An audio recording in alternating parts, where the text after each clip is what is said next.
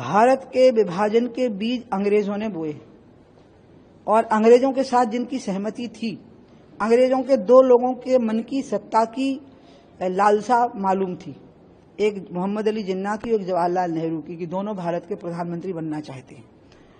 और जब जिन्ना को लगा कि वो भारत के प्रधानमंत्री नहीं बन सकते हैं और अंग्रेजों का जो रुझान था वो नेहरू जी की तरफ और नेहरू जी का रुझान अंग्रेजों की तरफ जब दिखाई दिया, तो वो स्थितियां बनी कि जिसमें जिन्ना एकदम कट्टर इस्लामिक पंथी होकर के और अंत में अलग पाकिस्तान की मांग की बात शुरू हो गई। तो मैं तो कहूंगी कि अलग पाकिस्तान का बीज भी एक प्रकार से कांग्रेस के द्वारा ही बोया गया। अलग पाकिस्तान बनाने का जो विचार उत्पन्न हुआ वो भी कांग्रेस की वजह से ही उत्पन्न हुआ। और विभाजन की जो बात आई, जिसमें गांधी जी ने कहा था कि मेरी लाश पे भारत बटेगा, वो जिंदा गांधी जी के सामने भारत बटा। उस विभाजन के लिए अंत में पूरी तरह से फिर कांग्रेस जिम्मेवार हो गई।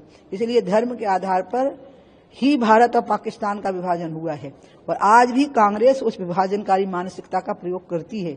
और उसने अयोध्या में भी 49 में किया। जब रामलला प्रकट हुए तो उनने पूजा भी करवाई और ताले भी लगाए, यानी हिंदू भी खुश रहे और मुसलमान भी खुश रहे। इसलिए पूर्णतया अंग्रेजों के साथ में जो मिली भगत हुई, प्लानिंग अंग्रेजों की थी, उसमें मिली भगत नेहरू की थी।